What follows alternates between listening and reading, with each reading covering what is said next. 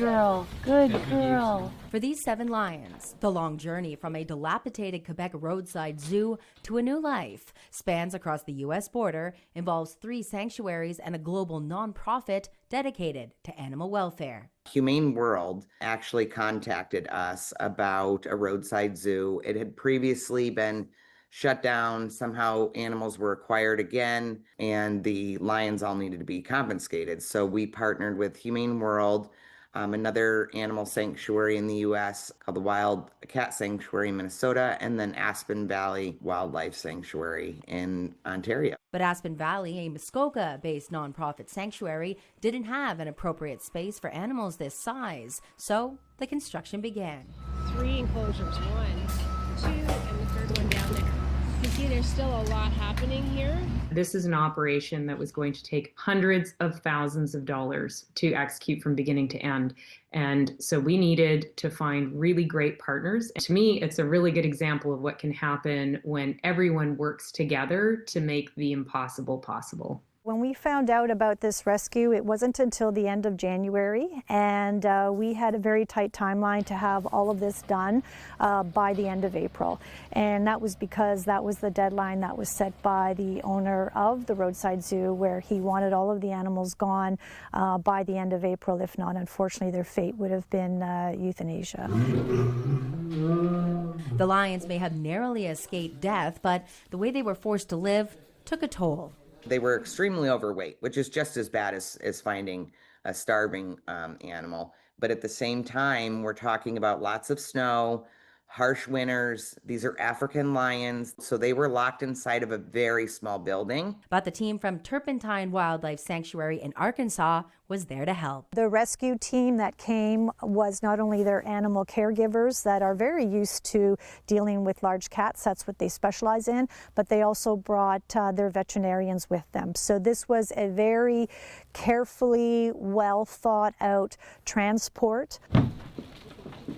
It was a big ask for this facility and the staff and volunteers to put this extra workload on, but everybody loved these lions right from the beginning. We couldn't imagine their fate of being euthanized if we didn't do this. And now we are basically the only wildlife rehab facility in Canada that is accredited for from the Global Federation of Animal Sanctuaries. The posts are permanently in the ground.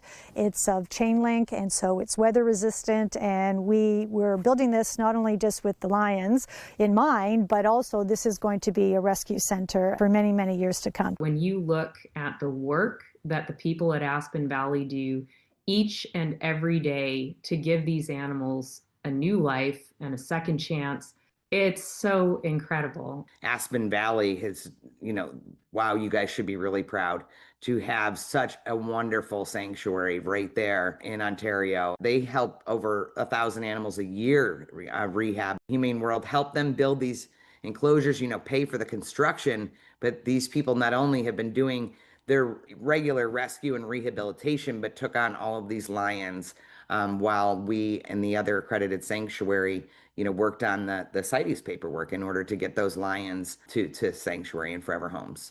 Paperwork that would allow the African lions to travel to Arkansas and Minnesota. We wanted them to be able to live out their lives at accredited sanctuaries and no longer contribute to the surplus, which we call the captive wildlife crisis.